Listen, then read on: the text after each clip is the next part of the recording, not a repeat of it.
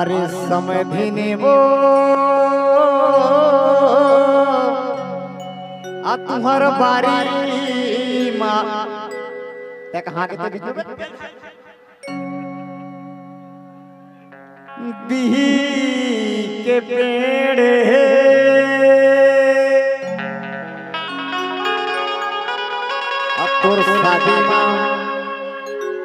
अतुर शादी माँ का सरपंच बन देखत जा तो पूछ तो बोच का सरपंच बन देखत हेलो तई है सरपंच ने देखत का खोजा था मैं सुनना वो समझी दोनों झोल ने घुमाए बना हूँ बारीक पेड़ में बिहिक पेड़ में हो जितना भी खाना खा ले एती उती मत खोजो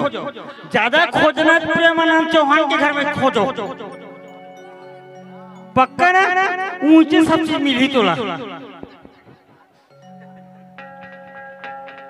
अरे समधिने वो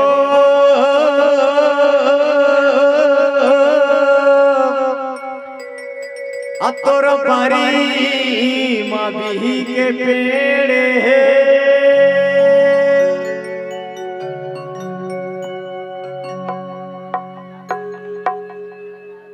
अतुर शादी माँ तुर शादी में आहूं दस समझिन वो तैची खेला देवी